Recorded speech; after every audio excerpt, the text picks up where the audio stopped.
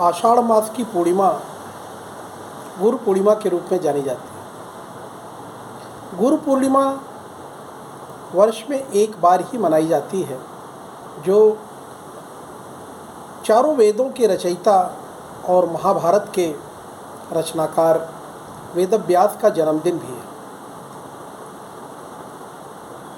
आज के दिन विश्व को प्रथम ग्रंथ वेद प्राप्त हुए थे। वेद जो ऋचाएँ हैं, जिन्हें गेय शैली में गाया जाता है, अद्भुत हैं चारों वेद।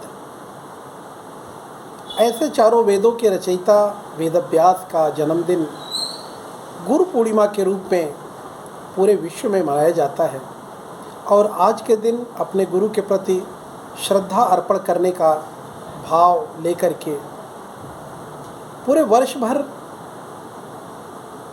गुरु के प्रति श्रद्धा बनी रहे, ऐसे भाव का संकल्प किया जाता है।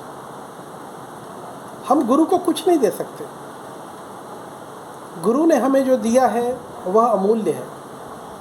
गुरु ने हमें जो दिया उसी के आधार पे हम जो जन्मना जायते शूद्र, जन्म से प्रत्येक व्यक्ति शूद्र के रूप में पैदा होता है। संस्कारे द्विज उच्चते, संस्कारों से वह द्विज के रूप में, ब्राह्मण के रूप में जाना जाता है, श्रेष्ठ के रूप में जाना जाता है। आज जो भी प्राप्त हुआ वह गुरुओं की ही देन है। आज हम समाज को कुछ दे पा रहे हैं, यह भी गुरुओं की ही देन है। यह सभी गुरुओं के चरणों में बारंबार अर्पित है। बारंबार वंदना है उन गुरुओं की जिन्होंने हमें यह दिव्य ज्ञान, वास्तु, ज्योतिष, तंत्र, मंत्र और इस परा विद्या का ज्ञान हमें प्रदान किया। हम यदि ये सोचें कि हम गुरु को बहुत कुछ दे दिए या बहुत कुछ हम देते हैं, तो ये हमारी भूल है। हम गुरु को कुछ नहीं दे सकते। गुरु ने हमें जो दिया है वह सर्वश्रेष्ठ है। उसका कोई मूल्य दिया ही नहीं जा सकता। इस संदर्भ में मैं आपको एक कथा सुनाता हूँ। एक बार की बात है, एक राजा अपने शासन में अपने एक अच्छे धनुर्धर को कहता है कि मैं चाहता हूँ कि मैं तुम्हें श्रेष्ठ, सर्वश्रेष्ठ धनुर्धर अपने राज्य का घोषित कर दूँ। तो धनुर्धर कहता है कि आज सभा समाप्त हो रही है, कल जब राज्यसभा पूरी तरह से सुसज्जित रहे तब आप मुझे सर्वश्रेष्ठ धनुर्धर घोषित कर दें। तो वहीं पे खड़ा दरबान हंसने लगता है। राजा तो ध्यान नहीं देता, लेकिन वो धनुर्धर ध्यान दे देता है कि जब मैं अपने को सर्वश्रेष्ठ धनुर्धर घोषित करने की बात कर रहा हूँ तो ये दरबान मेरे ऊपर हंस रहा है।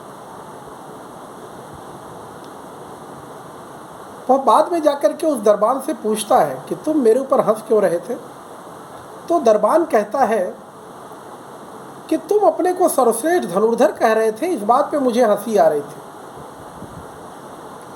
क्योंकि फला गांव में एक लकड़हारा है, तुम जाओ और उसको देखो तो तुम्हें पता चलेगा कि धनुर्विद्या क्या होती है। तो इसको अभिमान था, ये गया देखने कि लकड़हारा और धनुर्विद्या ये कैसे संभव है। गया और जाकर के जब उस लकड़हारे से मिला तो उसकी धनुर्विद्या के आगे ये नतमस्तक हो गया और उससे कहा कि मुझे आप धनुर्विद्या का आगे का ज्ञान दें।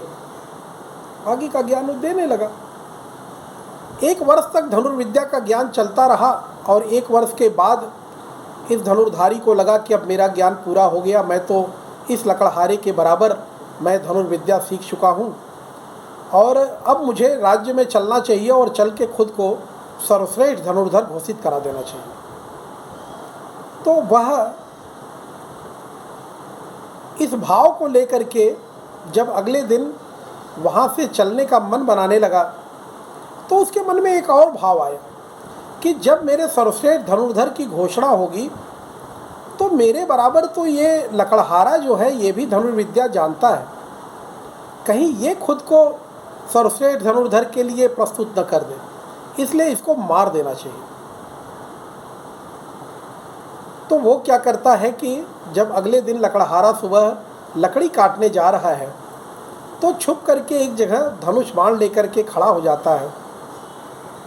और जब लकड़हारा वो जो है लकड़ियाँ काट के आ रहा है तो छुप करके उसके ऊपर तीर चलाता है।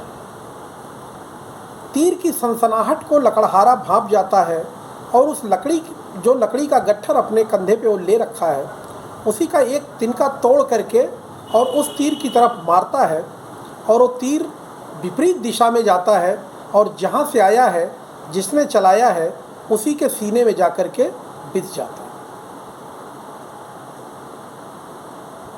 अब वो धनुर्धर हतप्रभ कि मैं तो सारी विद्या जान गया था, ये कौन सी विद्या बाकी रह गई।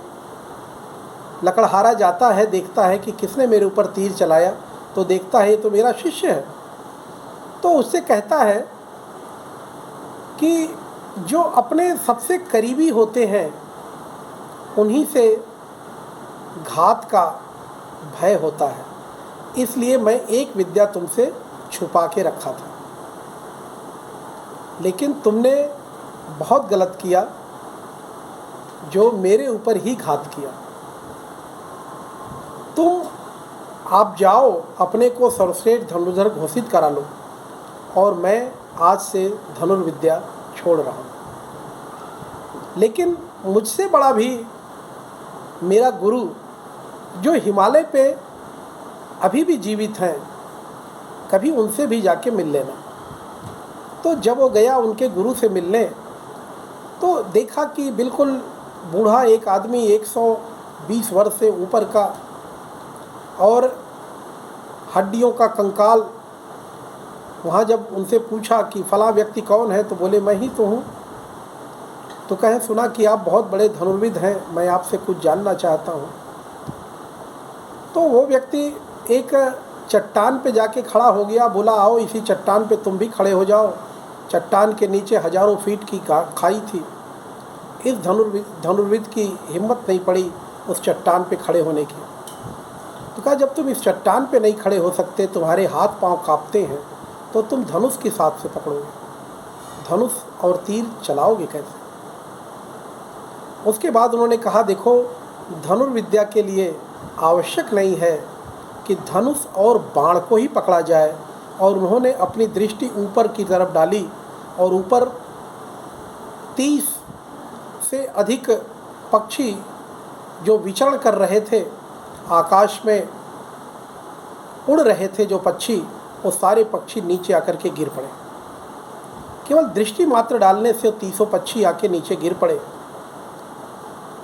बोले कि ये धनुर्विद्या है, ये विद्या मैंने सिद्ध की है कि मैं अगर दृष्टि भी डाल दूं तो जो शिकार मैं चाहूँगा उस शिकार को मैं कर लूँगा।